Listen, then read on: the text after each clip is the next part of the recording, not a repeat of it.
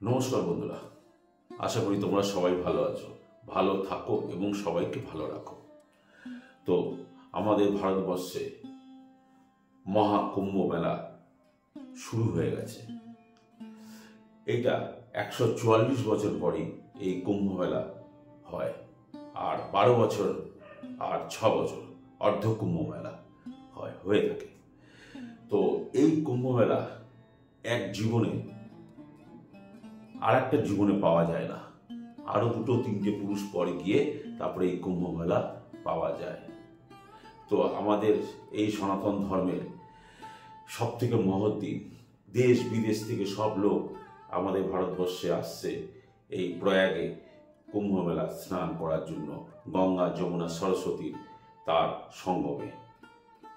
তো আমরাও চলো ওইখানে স্নান করে পুণ্য অর্জন করি, পুণ্য লাভ করি। কুম্ভর অর্থ হলো কলস। কলস মানে হচ্ছে সমুদ্র মন্থন করতে যে কলস আমাদের সমুদ্র থেকে উঠেছিল অমৃত ভাণ্ড, সেটাই কেবল অমৃত। এই অমৃত 4 জায়গায় পড়েছিল। এক হচ্ছে নাসিক, আর এক হচ্ছে হরিদ্বার, আর একটা হচ্ছে উজ্জয়ন, আর প্রয়াগ, যেখানে মহাকুম্ভ হচ্ছে।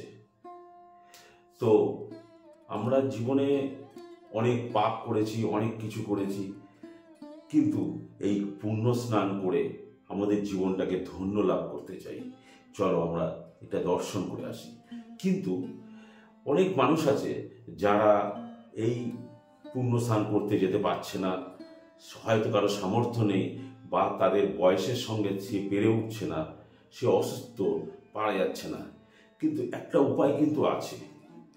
এটা 29 তারিখে আছে, যেহেতু 29 তারিখে হচ্ছে মৌলিক অমাবস্যা, এটা হচ্ছে মেন স্নান।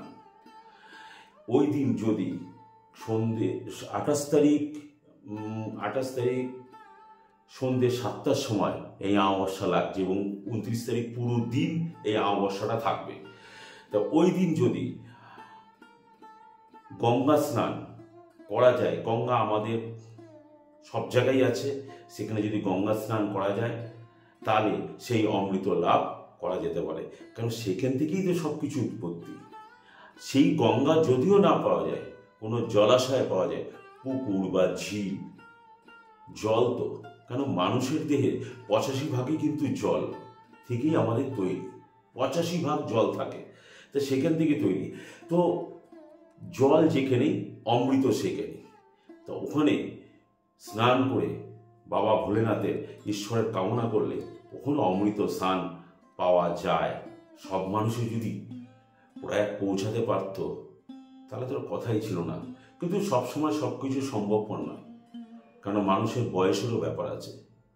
হ্যাঁ, একটা কথা মাথায় রাখতে হবে, যে প্রয়াগে যাবে, যেই পুণ্য স্নান করবে, পুণ্য জল সে বাড়িতে নিয়ে আনবে, কিন্তু তার সঙ্গে আরেকটা জিনিস তাকে নিয়ে আসতে হবে। ওই পুণ্য ভূমির মাটি পর্যন্ত তাকে নিয়ে আসতে হবে। নিয়ে আসলে সেই পুণ্যভূমির মাটি শরীরে ধারণ করলে এবং সেই জল দিয়ে স্নান করলে তাহলে সেই পুণ্য লাভ করা যায়। কেননা বহুত অঘরী সাধু তপস্বী ওই মাটিতে হেঁটে গেছে, ঈশ্বর ওই মাটিতেই হেঁটেছে।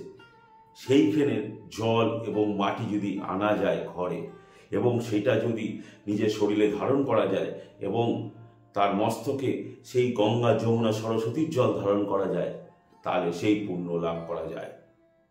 দেখো বন্ধু করে, আমি একটা তুচ্ছ ব্যক্তি, আমার এই কথাটা তোমরা একটু মেনে নাও, আশা করি ভালো থাকবে। চলো বন্ধুরা, তো চলো আমরা সবাই মিলে এই পুণ্য স্নান লাভ করি। তো বন্ধুরা, আমাদের যে কটা স্নান আছে সেটা হলো 13 তারিখ, আর হলো মকর সংক্রান্তি, আর 29শে জানুয়ারি, আর 3রা ফেব্রুয়ারি, 13ই ফেব্রুয়ারি, আর হচ্ছে 26শে ফেব্রুয়ারি শিবরাত্রি, মহাশিবরাত্রি, এবং মাঘী পূর্ণিমা। এই যে কটাগুলো ডেট, এই ডেটগুলোতে স্নান করলে মানুষের মুক্তি লাভ হয়। দেখো, আমরা মানুষ হয়ে জন্মেছি, সবাই আমরা মুক্তি চাই। এই জন্ম থেকে, এই জন্ম মৃত্যু থেকে, এই চক্র থেকে সবাই আমরা মুক্তি চাই। তো চলো আমরা সবাই মিলে এই পুণ্য স্নান করি প্রয়াগে গিয়ে, এবং আরও মানুষকে সাহায্য করি যেন তারাও যেন স্নান করতে পারে। যেন আমি শুধু একা স্নান করে চলে আসলে হবে না, যেন আরেকজনকেও স্নান করার তাকে সুযোগ করে দিতে হবে। চলো আমরা স্নান করি। হ্যাঁ বলো, হর হর মহাদেব। যদি ভিডিওটা ভালো লেগে থাকে তো কমেন্ট বক্সে একটু হর হর মহাদেব লিখতে ভুলো না। আসি বন্ধু।